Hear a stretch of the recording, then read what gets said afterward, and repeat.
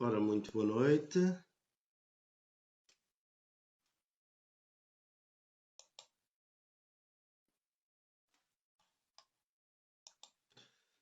Ora, muito boa noite.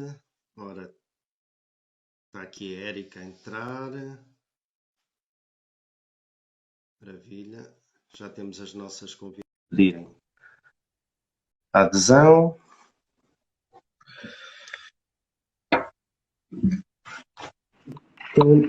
Ora, aí está. Doutora Filipa, doutora Mafalda, como estão? Sejam muito bem-vindas à nossa live.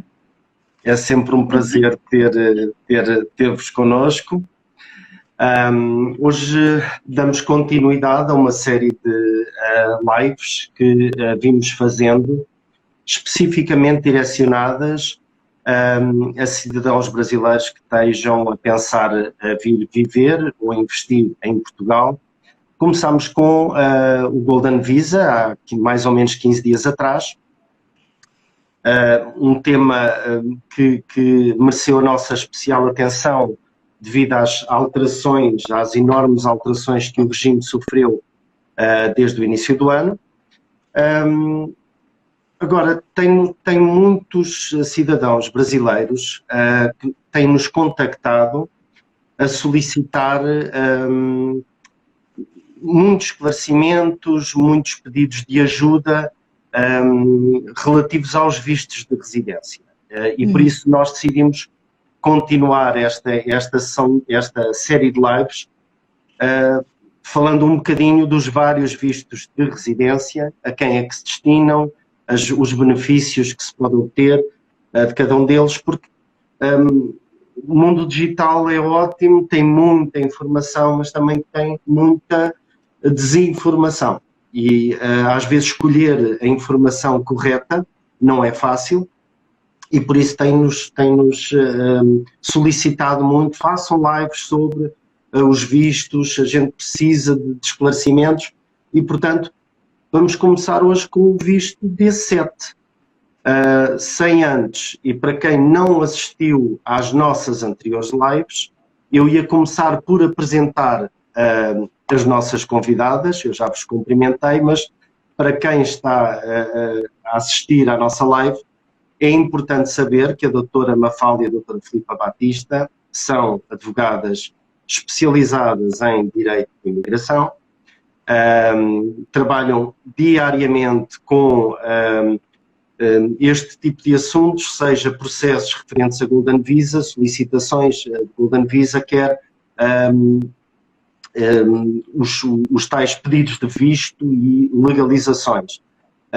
Trabalham com o mercado brasileiro, mas trabalham também muito com o mercado norte-americano e o mercado asiático, portanto a experiência é muita, já vos devem ter passado milhentos casos pelas mãos, com as mais variadas particularidades, e por isso é um enorme prazer tê-las connosco, e é um privilégio para quem nos está a assistir poder pôr as dúvidas em direto, e vamos tentar esclarecer o máximo possível. Eu ia começar então por visto de residência D7. Eu achei curioso, no outro dia um cidadão brasileiro abordou-me a dizer o visto dos reformados.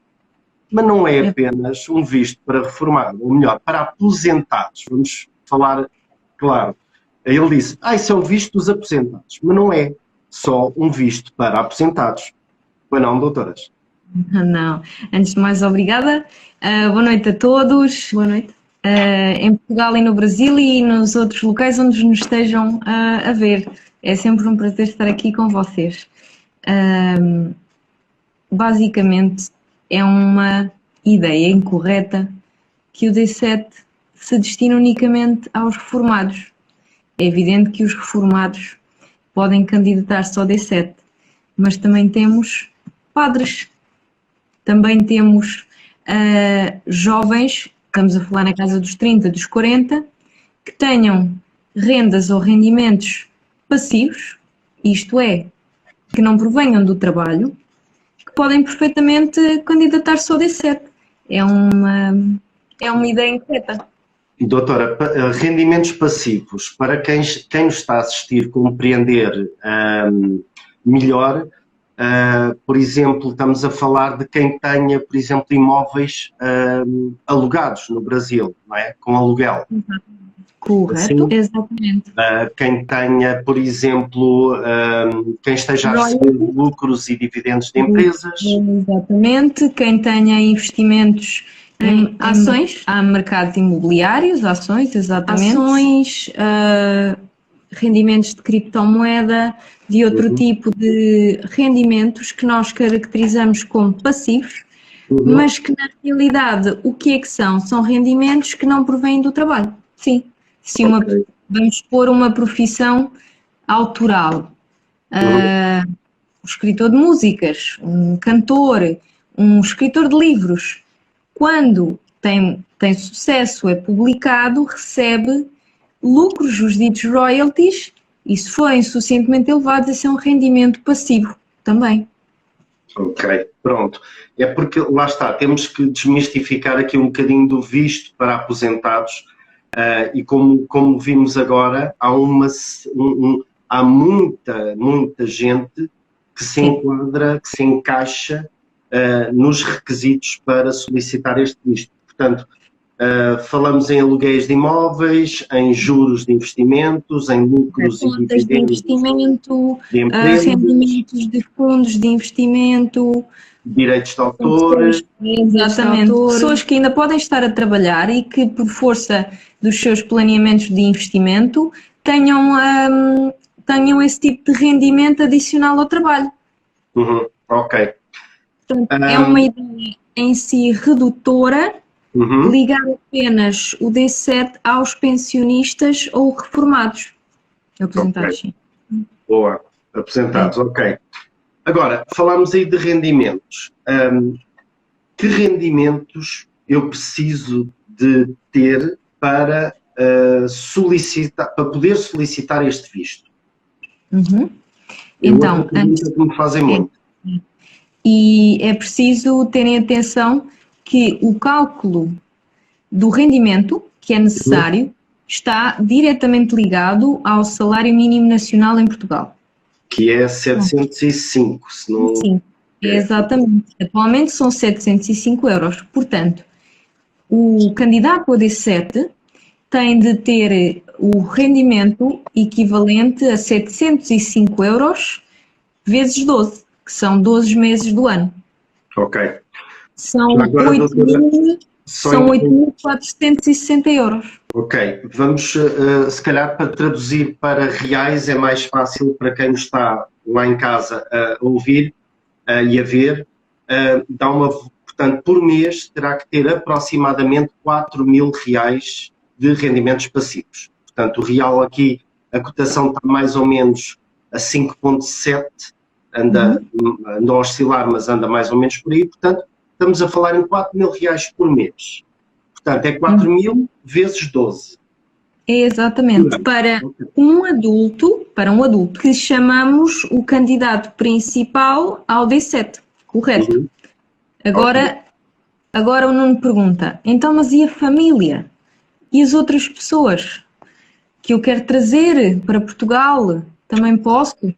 Ótimo. Portanto, estamos já a falar de reagrupamento familiar. Portanto, é permitido, à semelhança, por exemplo, falámos há 15 dias atrás do Golden Visa, que permite reagrupamento familiar, o visto permite à mesma o reagrupamento. Portanto, correto, precisamente. Agora, as regras é que são diferentes. As mesmas regras de pessoas a quem se aplica o reagrupamento, exatamente às mesmas pessoas que falámos na semana passada, quanto ao Golden Visa. Aos filhos, ao cônjuge, ao esposo, à esposa, sogros, pais, exatamente, filhos maiores que tenham dependência económica ou estudem, tenham algum tipo de doença, deficiência, etc., que estejam dependentes dos pais. A única coisa que muda é o rendimento associado a esse membro da família. Ok. Então, se por um lado o titular do visto de residência D7 precisa dos ditos 4.000 reais por mês, se porém quiser trazer a família, depende do número de pessoas, obviamente. Ok. Os próximos adultos precisam apenas de 50% desse rendimento mensal. Então vamos começar a fazer contas. Portanto, eu sou brasileiro, venho para Portugal, preciso ter 4.000 reais, trago a minha esposa, tenho que ter 4.000 mais 2.000 reais. É isso? Exatamente, mais 50% por mês. Correto. Ok. E depois, os filhos? Se quiser trazer o filho, quanto é que tem que ter a mais? 30%.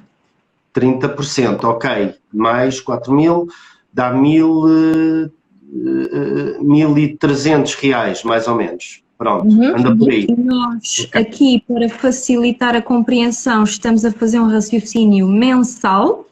No entanto, o objetivo é comprovar anualmente que o candidato a D7 tem o suficiente para se sustentar aqui por um ano, mais esposa ou esposo, mais filho.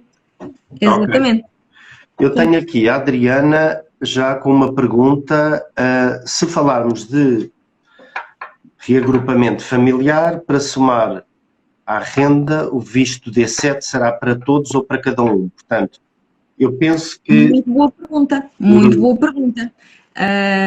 E tudo depende do planeamento do investimento da família. Ou seja, por vezes, todos os membros da família podem pedir o visto D7, com um custo associado, ao visto, obviamente, porque se o menor, se o filho ou a filha, tiver uma conta no nome dele de investimentos, se o marido e a mulher, cada um tiver a sua conta de investimentos e se prefizerem esse valor, então cada um pode ter o seu visto D7. Por outro lado, não tendo, os investimentos estão todos em nome de um membro do casal, então reagrupa-se. Os membros da família não vão obter a priori, portanto, inicialmente, um visto D7. Candidatar-se-ão ao visto de reagrupamento familiar. Correto. Ok. O Mateus está-me já aqui a perguntar, então ele precisa ter esse valor no total para 12 meses. Isso, portanto, é o valor do salário mínimo nacional, para voltarmos para ficar claro, é o valor do salário mínimo nacional, que é 705 euros atualmente em Portugal, que dá os tais 4.000 reais, vezes 12. E depois, reagrupando, a mulher ou o cônjuge é 50% desse valor, portanto, acresce aos 4.000 mais 2.000 e depois, por cada filho, 30% daquele valor. É exatamente, correto. 30% de 4.000 reais. Como? 30% de 4.000 reais por mês. Ok.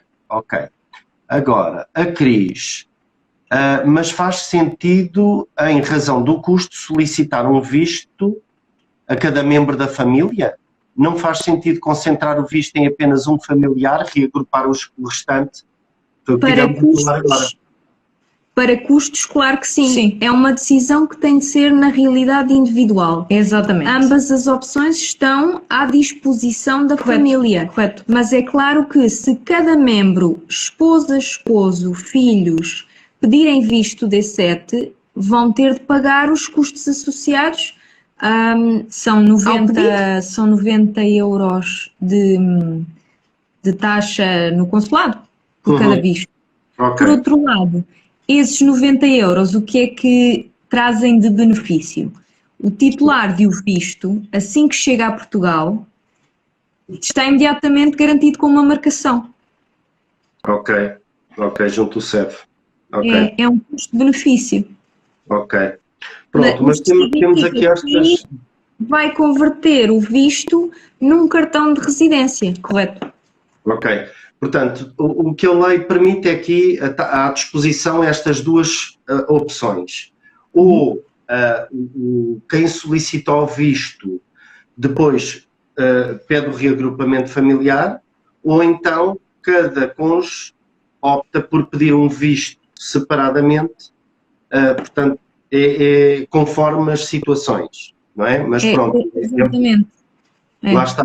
A lei permitindo 2 opções é sempre melhor do que permitir apenas uma. Portanto, agora fica... Exatamente. E também é preciso ver que é uma questão cultural. E onde é que nós verificamos que todos os membros da família trazem o visto, incluindo os menores? Em muitos cidadãos americanos. Mas é uma questão cultural, porque o americano tem um planeamento de investimento que abrange inclusivamente os filhos, por universidades, etc. Então é uma questão também cultural. Ok. Eu tenho aqui, hoje temos muita pergunta, tenho aqui mais uma: quem tem renda ativa recorrente no Brasil, por exemplo, da área de TI, Tecnologias da Informação, ou profissional que trabalha em home office, que cumpre o critério de faixas cumpre o critério de faixas de ganhos do visto D2, pode solicitar. E depois, no seguimento, aqui mais outra pergunta, e no caso de nomadismo digital, aquele trabalhador em teletrabalho, a este também se aplica o D7? Bom, os trabalhadores, por norma, que apenas oferem, portanto, que ganham apenas salários, tanto sejam nómadas digitais, tanto sejam trabalhadores no escritório, no seu home office, se só oferem um salário, o visto D7 não será o mais indicado, ainda que tenham um salário muito elevado. Será assim um tema para a próxima live, um visto D2. Já está a levantar aí o véu para a próxima live, boa. Portanto, vamos falar do D2, que é especificamente aplicado a estes casos. Exatamente, Agora, exatamente. nós temos que compreender, que foi o que falámos logo no início, que estamos a falar para este visto D7 de rendimentos passivos. Exatamente, exatamente. Correto, Sim. correto. O salário não é um rendimento passivo. Lá está, o salário não é um rendimento passivo. Penso que ficou esclarecido. Agora, falaram-me também as principais vantagens em tirar este visto. Queria que falasse um bocadinho disso. As principais vantagens de tirar um visto D7. A principal vantagem, ou uma das mais importantes, nós já falamos, que é a possibilidade de reagrupar a família. Trazer a família connosco é sempre positivo, portanto, o D7 permite.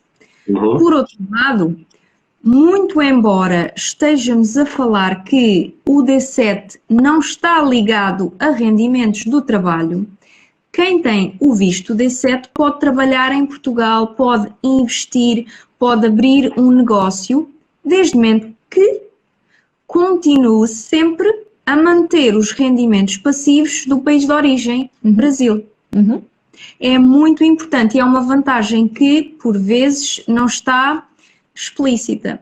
O indivíduo continua a poder trabalhar porque são pessoas novas ou porque ainda querem trabalhar, mas mantendo o rendimento passivo, continua a manter e a renovar o seu visto D7, o seu cartão de residência D7, chamando assim. Por outro lado, é mais barato que outros títulos de residência, como o Golden Visa, bastante mais barato. Muito embora seja, de facto, um visto de residência, ou seja, para residir, ao contrário do Golden Visa, que não necessita de viver. E também, por último, dá acesso à nacionalidade, obviamente, correto. Nacionalidade portuguesa nas mesmas condições que um Golden Visa, ao final de 5 anos, e com a vantagem de não precisar de provar o conhecimento da língua portuguesa. Portanto, no fundo, solicita-se o visto ainda no Brasil. Correto. Ele será válido em Portugal, mais ou menos, qual a duração? 6 meses. 6 meses. 6. O titular do visto tem 6 meses para entrar em Portugal. Ok. Mas depois ele fica válido quanto tempo? Depois tem uma marcação, de modo que o cartão, após a marcação... o título de residência, autorização. Ok. Como a marcação está garantida, nunca, mesmo durante o período de Covid, deixou de existir vagas para titulares de visto, Uhum. a realidade é que o cidadão em 2 semanas tem o cartão, Ok. depois da marcação. É exato, depois de realizar a marcação junto do Serviço de Estrangeiros e Fronteiras. Portanto, ele vem com o visto, solicita junto do CEF a autorização de residência. Ele vem com uma marcação já pré-feita. Exato. Perfeito. Portanto, se ele, titular, não lhe é entregue imediatamente a data e o local do seu agendamento, Uhum. o que acontece é que contacta-se o Serviço de Estrangeiros e Fronteiras e já existe uma marcação para o indivíduo. Exato. Para um Ok. sítio qualquer já existe. Essa marcação já está atribuída. Deslocamos-nos lá, fazemos o nosso trabalho, fazemos a transformação do visto em cartão e já está. Ok. Depois, agora perdi-me um bocadinho, estava aqui a ler uma pergunta, mas, portanto, depois dessas autorizações, de ter a autorização de residência, segue o mesmo a trâmite que um Golden Visa, portanto, ao final de 2 renovações, não é? Poderá solicitar a nacionalidade portuguesa. Agora, Exatamente. deixa lá ver que... Depois, está aqui mais uma pergunta. Vocês já responderam, mas vamos clarificar novamente. É possível trabalhar em Portugal com o visto D7? Lá está. Um dos benefícios que falaram, uma coisa que não, um aspecto que não se costuma falar muito, porque lá está, associou-se à imagem dos aposentados, mas o que é certo é que já disseram, é possível alguém exercer a atividade. Tem a continuar sempre com aqueles rendimentos passivos no Brasil. Atividade por conta de outrem, como atividade de empresa, prestador de serviço, o que quiser, sim. Ok. Depois, tenho aqui outra pergunta, que é quais são os documentos que são solicitados que comprovem estes rendimentos? Somente o extrato bancário é necessário? Não. Aliás, o extrato bancário é um documento que, a não ser que seja extrato bancário de uma conta de investimento, nem sequer serve. Portanto, nós não vamos aqui entrar em pormenores, porque senão fica demasiado técnico, mas... E há muitos casos, não é? Exatamente, não só temos de analisar o tipo de rendimento que o titular ou o pertence titular do visto tem, como também temos de pensar que o extrato bancário, a não ser que seja conta de investimento, não serve. Ok. Agora tenho aqui uma outra pergunta. Quem tem uma renda passiva ainda assim pode trabalhar aqui? Não parece isso contraditório? Não. Na realidade, não é contraditório. Porquê?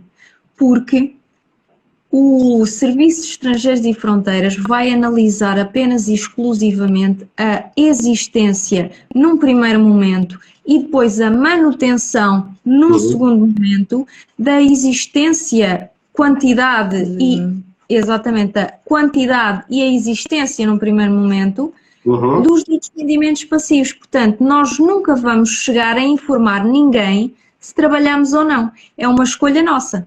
Uma escolha nossa. O que nós temos de nos concentrar é em continuar a provar que temos rendimentos passivos, rendas passivas. Sim. Porque o visto D7 é, no final de contas, um titular de residência. E todos os residentes em Portugal, pelo menos até a idade dos 70 na função pública, onde há a aposentadoria compulsória, podem trabalhar, estando em condições de o fazer. Claro que isto em Portugal existem cartões de residência onde o trabalho não é permitido, mas não é de todo o D7. Exato.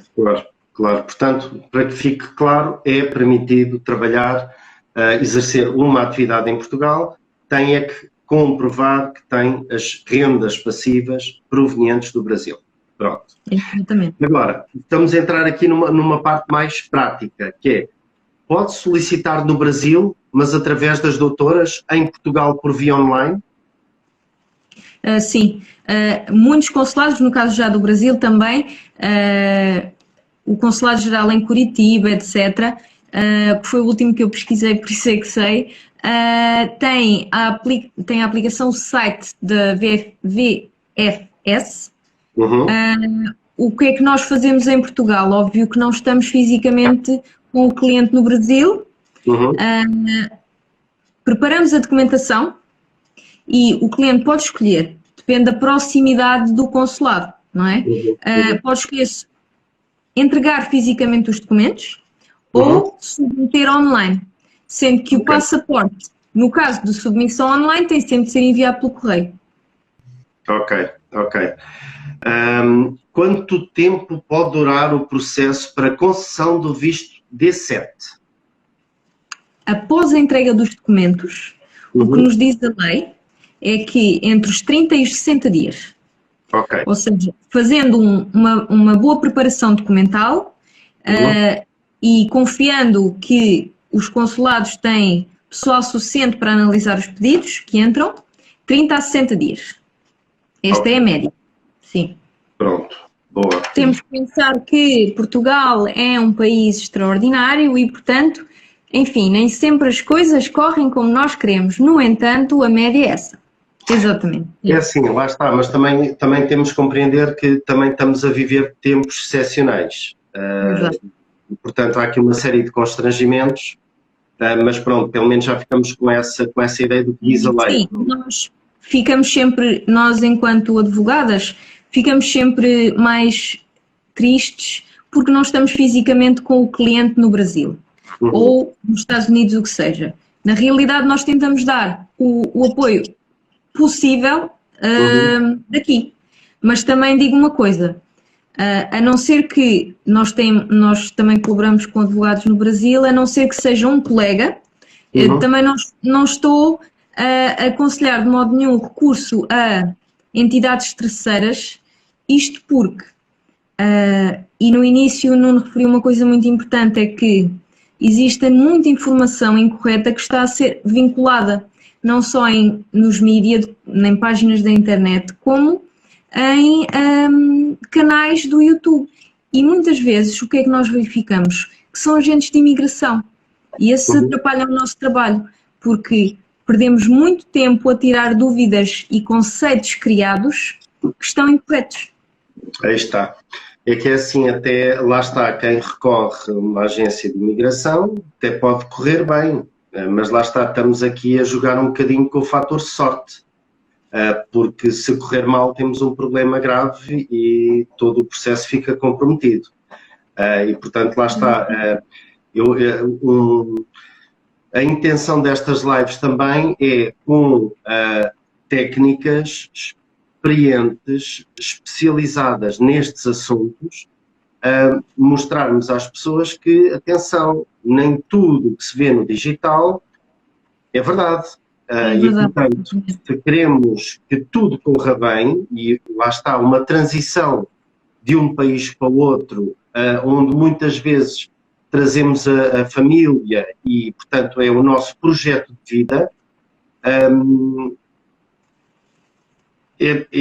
o ideal é que seja acompanhado por profissionais da área que possam tratar do processo de maneira a que ele corra bem sem sobressaltos, porque hoje basta abrirmos um bocadinho o YouTube ou o Instagram e são dezenas de canais a dar informação e a dizer como fazer, mas depois também conhecemos muitos casos em que depois a coisa não corre bem.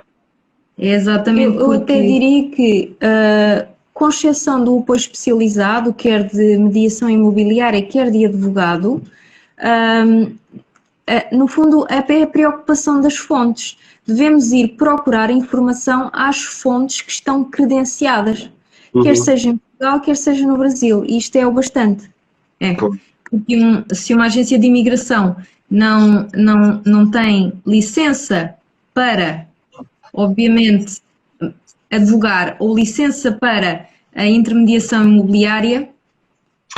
Às vezes nem estamos a falar de agências de imigração, são conterrâneos, não é? Que conhecem alguns trâmites e isso ainda é mais grave. Isso ainda é mais grave.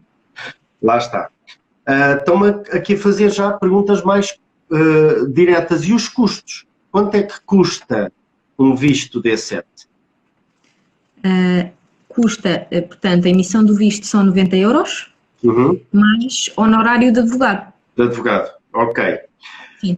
Depois, quais valores... está aqui, já respondemos agora, quais valores, taxas e custas para solicitar o visto. Depois, eu preciso fazer prova de morada, habitação no processo, tenho que comprar algum imóvel? Perguntam-nos aqui. Prova de morada é essencial, sim, porque o visto D7 é um visto de residência. Significa que nós estamos a dizer que nos vamos mudar para Portugal, vamos fazer de Portugal a nossa casa. Sim. Então, quer seja pela compra, quer seja pelo arrendamento, o sujeito tem sempre de comprovar que tem onde ficar. Correto? Okay. Agora, no Brasil, não for... estamos a falar no Brasil ainda. Exatamente. Okay. Tem onde ficar em Portugal. Agora, se não é comprar, é arrendar. Portanto, na fase consular, ele precisa comprovar que tem onde ficar aqui. Exatamente. Portanto, durante 12 meses. Ele tem que alugar um apartamento estando no Brasil. Sim. Pronto. Ok. Ou alugar, ou prometer alugar, depois isto já são conselhos jurídicos caso a caso. Exatamente, sim. A ideia base é essa. Mas vocês também depois dão esse aconselhamento. Pronto, também do que é melhor. Então aqui aqui está outra pergunta. Tem alguns brasileiros realizando estas solicitações de vistos que não são advogados em Portugal. Isso é perigoso? Qual o conselho? É crime. Vamos a falar um bocadinho. É crime. Procuradoria ilícita. É crime, é muito grave, porque enquanto advogados nós temos de ter o processo de licenciatura, passamos por um estágio de advocacia, passamos por pagar todos os anos um seguro de responsabilidade civil, somos responsáveis perante uma ordem profissional. É crime, é uma situação mesmo muito grave, porque qualquer erro que essa pessoa cometa, o cliente está bastante tramado e não sabe a quem é que se poderá queixar. Ok, pronto. Isto lá está, tivemos a falar um bocadinho disto há bocado, porque infelizmente estas situações são recorrentes no espaço digital. Lá está, não serem advogados é grave, não serem advogados com a cédula reconhecida aqui em Portugal, a mesma coisa. Porque um advogado brasileiro pode advogar aqui em Portugal. Precisa, no entanto, de pedir a cédula junto da Ordem dos Advogados Portugueses. Portanto, não é automático. Como estávamos a falar há bocado, tem tudo a ver com credenciação, porque o Brasil tem extraordinários profissionais do direito. O sujeito precisa de procurar os profissionais que são credenciados e não ir atrás dos likes nem dos followers. É muito importante. Ok. Eu gostei daí de uma expressão que a doutora falou, que é, senão podem ficar tramados. E é mesmo este o termo, é tramados. É tramados porque não têm visto, não trazem a família, perderam o dinheiro que pagaram e aquela pessoa que os ajudou ficou com o dinheiro e quando quiserem responsabilizá-lo nas instâncias judiciais, ou não o apanham ou não o conseguem condenar. Porquê? Porque é um criminoso. Ele vai ser condenado pelo Estado por procuradoria ilícita. Isto é importante saber, portanto, falarmos disto para as pessoas terem muita noção de que o que costumam, não é por verem muitas vezes a acontecer na internet, que isso torna legal a situação em causa. E essa, lá está, vamos chamar as coisas pelos nomes, é crime. Pronto, essas pessoas estão a cometer, é um crime. Portanto, se querem um processo sem sobressaltos, querem fazer uma transição do Brasil para Portugal, onde corra tudo bem, recorram a um advogado, a uma pessoa credenciada com experiência. Pronto, é um conselho que nós podemos dar, não é? Quanto tempo demora até sair? Este aqui, acho que também já respondemos, até sair o visto. Entre 30 a 60 dias, não é? Exatamente, sim. Ok. Sim. Posso obter nacionalidade portuguesa com esse visto? Também já respondemos, não é? Portanto, tem a marcação do CEF, a seguir a isso obterá uma autorização de residência. Exatamente, e depois a seguir renova o cartão até por fazer 5 anos. Hoje são 5 anos, pronto, é esse o raciocínio, é igual. Exatamente. Sendo que, como estamos a falar de pessoas jovens, e posso levantar aqui a lebre para outras situações, a partir do momento em que o casal esteja em Portugal há mais de um ano, tem bebés, pode escolher que o bebê seja já português de origem. Pronto, boa. Como pode ter dupla nacionalidade, poderá ser português e brasileiro já. Ok, boa. Quanto seria em média o valor dos honorários? Vamos lá. Porque isto depende muito dos casos, não é? Lá está, estamos a falar de situações e situações. Vamos fazer aqui intervalos. Como falámos na live passada, tanto o Golden Visa como este caso específico, o mercado é diverso. Portanto, é diverso e é livre. Cada sociedade de advogados, cada advogado faz o seu preço. Nós temos um preço que é variável, caso a caso, e, portanto, não nos vamos... uma noção, poderá oscilar de quanto a quanto? Entre os 2.000 e os 4.000, sim. Pronto, ok, boa. Comprar tem valor mínimo, portanto, estão aqui a fazer pergunta se quiserem, portanto, como têm que comprovar alojamento em Portugal, um requerente do visto, se comprar uma casa, tem que ter um valor mínimo? Não. Pode ser uma casa de qualquer valor, em qualquer sítio do país. Em qualquer local. Boa, pronto. Não tem aquelas restrições, como por exemplo vimos há 15 dias do Golden Visa. Não. Pronto, ok. Depois estão-me aqui a perguntar, pode ser Airbnb? Airbnb é imóveis afetos aos serviços de alojamento. É assim, o Airbnb normalmente não aloja pessoas por um ano. Se o alojar e pudermos comprovar, ok, certo. No entanto, nunca será a casa da vida toda, a casa do forever happy ever after. Sim. Tem sido muito difícil negociar com os Airbnbs, com os alojamentos para locais, passarem os documentos que nós precisamos. Não é uma boa ideia porque é muito mais difícil, perdemos muito tempo a negociar com esses prestadores de serviços, porque o negócio deles não é esse. O alojamento de curta duração, precisamente. Ok. E isto tem que se comprovar pelo menos um ano, é isso? Correto. Ok. Deixem-me ver agora perguntas. Mais perguntas, pessoal. Temos aqui... Não.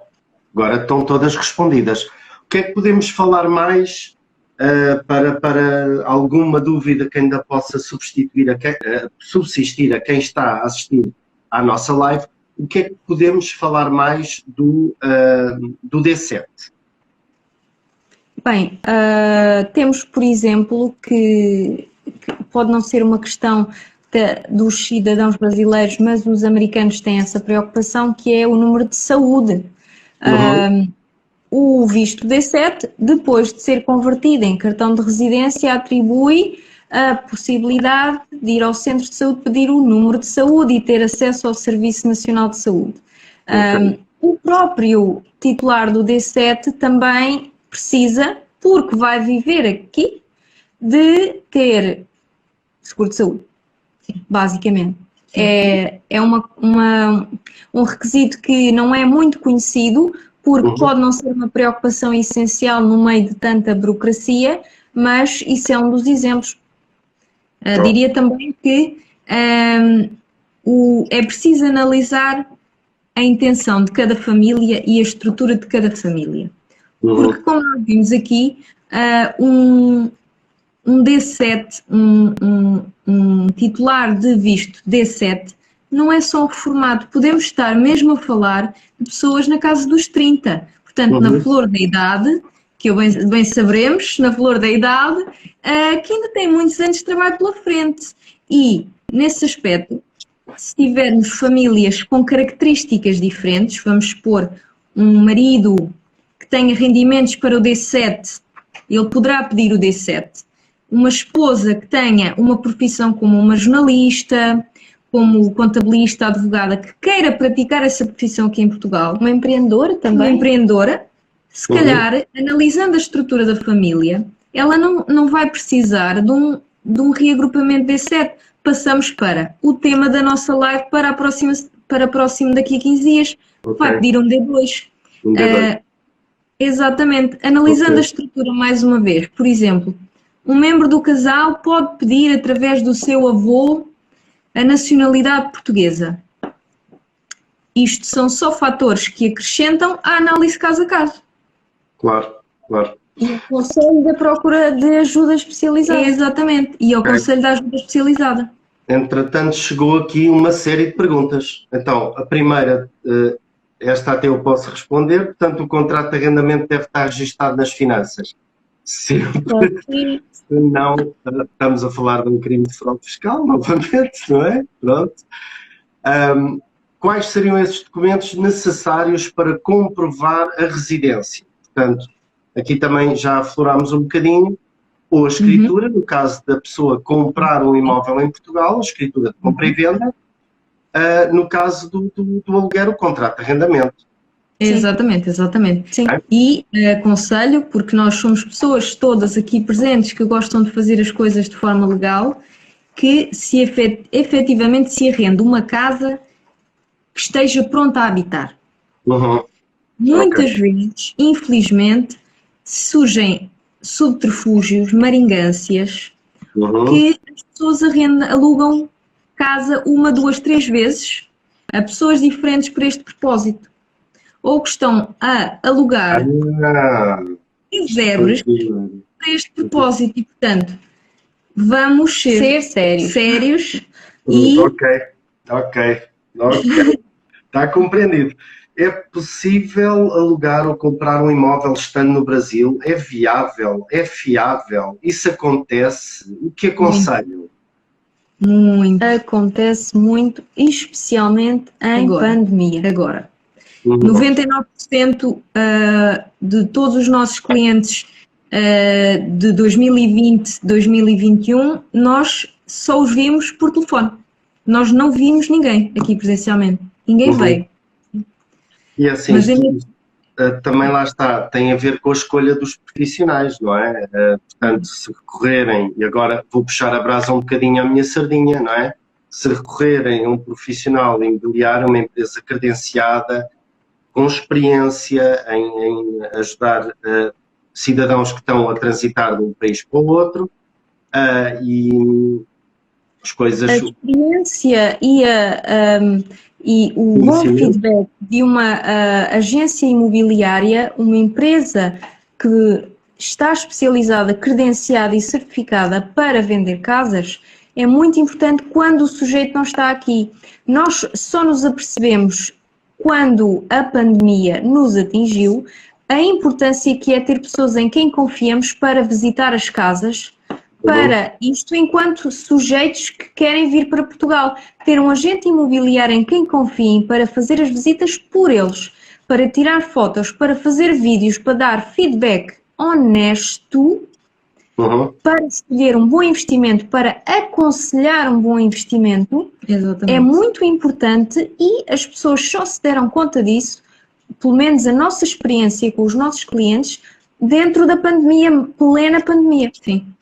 Olha, agora vem um comentário que eu adorei. Como são lindas essas doutoras, só para constar. Uau, maravilha. Eu tenho aqui mais uma pergunta. O PB4 já não dá direito, ao direito à saúde? O PB4? PB4. E agora? E o que é PB4? Pois, não faço ideia. Não faço ideia. Mas pronto, vamos avançar. A matrícula da escola dos filhos pode ser realizada antes do reagrupamento familiar? Vai depender da escola, mas geralmente sim. Sim. Ok. Sim. Para quem tem o visto D7, é necessário seguro de viagem para ingressar em Portugal? O seguro de viagem vai ser sempre pedido. Mas é no visto. Para vir em Portugal, o cidadão brasileiro tem perfeita liberdade de circular entre Portugal e Brasil. Ok.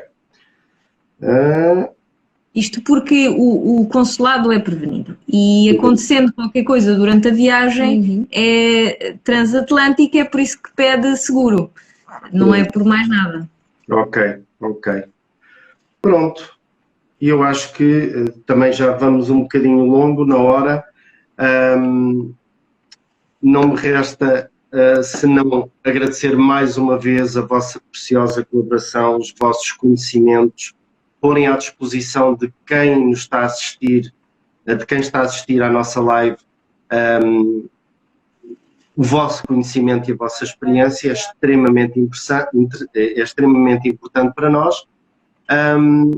Já levantámos aqui um bocadinho do véu do que é que do tema da nossa próxima live, o visto de residência D2, que será destinado a outras pessoas com outros propósitos completamente diferentes do D7 e, portanto, vou-vos convidar novamente para estarem presentes daqui a 15 dias. Com todo o prazer, obrigada. Com todo o prazer, foi um gosto. Ok. Agradecer a Viver nas Ondas, são pessoas impecáveis, e a todos os participantes que foram muitos e às perguntas. Obrigada. Ok, pela parte que me toca também tenho que agradecer as vossas palavras e, portanto, convidar quem nos está a assistir já para a nossa próxima live, portanto, daqui a exatamente 15 dias, dia 25 de fevereiro, à mesma hora, às 10h30 da noite, hora de Portugal, 19h30, hora do Brasil. E uma grande noite para todos e o melhor acontece quando nos unimos. Exatamente. Boa noite. Bom fim de semana. Obrigada. Bom fim de semana. Adeus, boa noite.